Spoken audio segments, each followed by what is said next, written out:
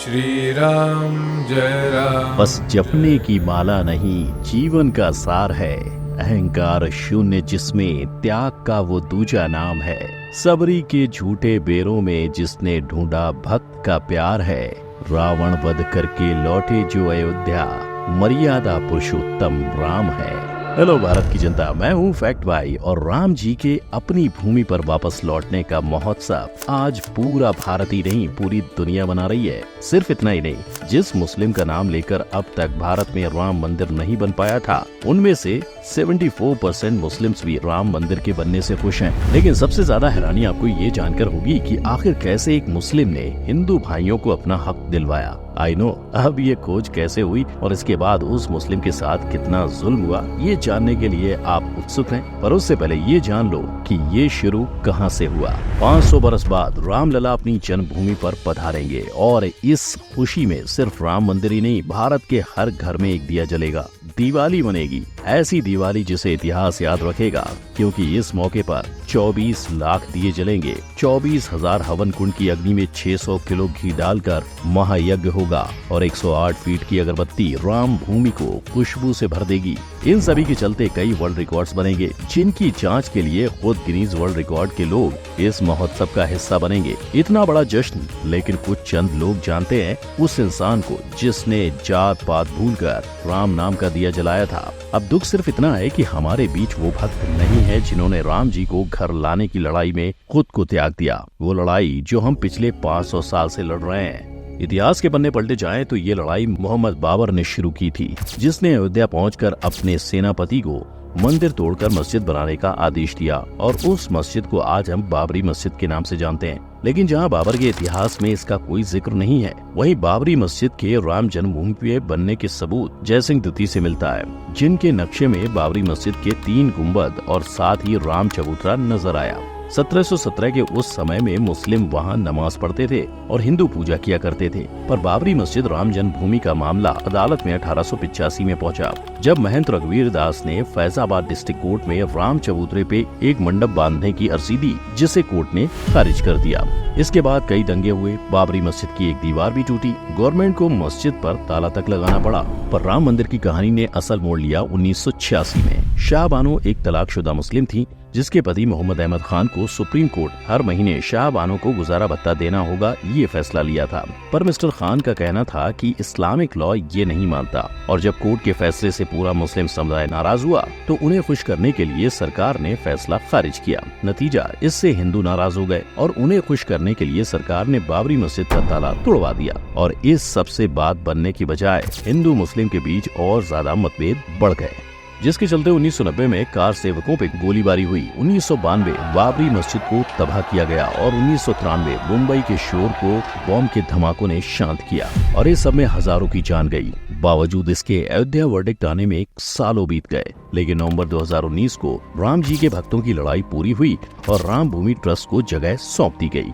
बाबरी मस्जिद के हटने और राम मंदिर की स्थापना होने में सबसे बड़ा हाथ है एक मुस्लिम का, जिसके कहने पर बाबरी मस्जिद के ताले तोड़े गए थे। अगर आपको ये अटपटा लगे तो सोचो, आप एक घर में 10 साल से रह रहे हो और जब आप वहाँ खुदाई करो तो पता चले कि असल में वो जगह आपके बगल वाले की है, तो क्या आप उसे बताओगे? और अगर बताया तो क्या आपके ही घर वाले आपको छोड़ेंगे? वेल, ऐसी स्थिति के मोहम्मद पर हुई, जो अयोध्या में हुए खुदाई के काम का हिस्सा थे और मुस्लिम होने के बावजूद उन्होंने राम भगवान की मूर्तियां निकाल ली। साल था 1976, जहां बीबी लाल ने आर्कियोलॉजिस्ट की एक टीम तैयार की। तब के मोहम्मद उसमें अकेले मुस्लिम थे। सभी का लक्ष्य एक ही था, बाबरी मस्जिद का ताला खोलकर सच को सबके सामने लाना। इनफैक्ट जब टीम मस्जिद पहुंची तो उन्हें जाने की मंजूरी नहीं दी गई, पर श्री राम का नाम लेकर उस दुविधा को भी पार किया गया और जब वो मस्जिद के अंदर पहुंचे तो दंग रह गए। चारों ओर रखे पिलर्स की बनावट बिल्कुल किसी मंदिर जैसी थी। इसकी तह तक जाने के लिए टीम ने मस्जिद के चारों ओर खुदाई करनी शुरू कर दी और एक के बाद एक मूर्तियां बरामद होती गयीं। अगर के मोहम्मद की माने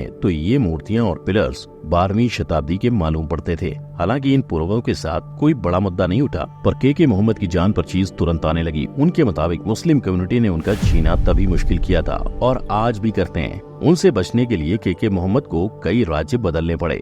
कुछ दिन बिहार जाके रहना पड़ा, कुछ दिन भोपाल। पर फिर आया 1988 का दौर, जब आरएसएस, विश्व हिंदू परिषद और शिवसेना जैसे दलों ने इस मुद्दे का समर्थन किया, लेकिन बाधाएं यहाँ रुकी नहीं। 1990 में मुस्लिम कम्युनिटी ने फिर बाबरी मस्जिद की खुदाई करने का फैसला लिया, मगर के मोहम्मद ने ऐसा न करने की दरख्वास्त की। उनके मुताबिक ऐसा करने पर राम के और सबूत वहाँ मिल जाते, और वही हुआ। पहले के कंपैरिजन में ज्यादा पिलर्स और मूर्तियां बरामद हुई। फिर भी इस दावे को मानने से इनकार किया और मुस्लिम कम्युनिटी शांत नहीं हुई। इनफैक्ट उस वक्त खुद मुस्लिम समाज इस जमीन को हिंदुओं के नाम करने वाले थे, पर इस सारी फसाद की जड़ इरफान हबीब थे। लेकिन कोर्ट के आगे सभी को झुकना पड़ा और मामला आगे बढ़ाया गया। इतना ही नहीं, एक मुस्लिम होने के बावजूद ऐसा दावा करने के लिए के मोहम्मद को जान पर खेलना भी पड़ा। लेकिन कोविड की वजह से सब शांत हो गया। यानी तूफान कितने भी उठे, तू तो निडर चलता चला जा राम के पथ पर, विजय मिल जाएगी उधर। लेकिन अब फाइनली राम मंदिर में प्राण प्रतिष्ठा का शुभारंभ होने जा रहा है, और इस भव्य कार्यक्रम में कई ए-लिस्ट सेलेब्स भी हिस्सा लेंगे। जहां इंडियन ऑफ द ईयर जीतने वाले शाहरुख खान की तो कोई खबर नहीं मिली, पर रणवीर, आलिया, अमिताभ, रजनीकांत, धनुष और रणदीप हुड्डा का नाम उठकर आ रहा है। इतना ही नहीं, डीडी नेशनल पर आने वाली रामायण के अरुण गोविल और दीपिका चिखलिया को भी आमंत्रित किया गया है। हालांकि स्टार्स के इन्विटेशन के बीच नयनतारा की अन्नपूर्णी मूवी की कंट्रोवर्सी सामने आई, जिसमें भगवान राम को मांस खाने वाले बताए गए हैं। मगर इस बाइकआउट के अलावा हर जगह आनंद का माहौल है। इन वीवीआईपी इन्विटेशंस को जानने के बाद अगर आपको भी ये सवाल आया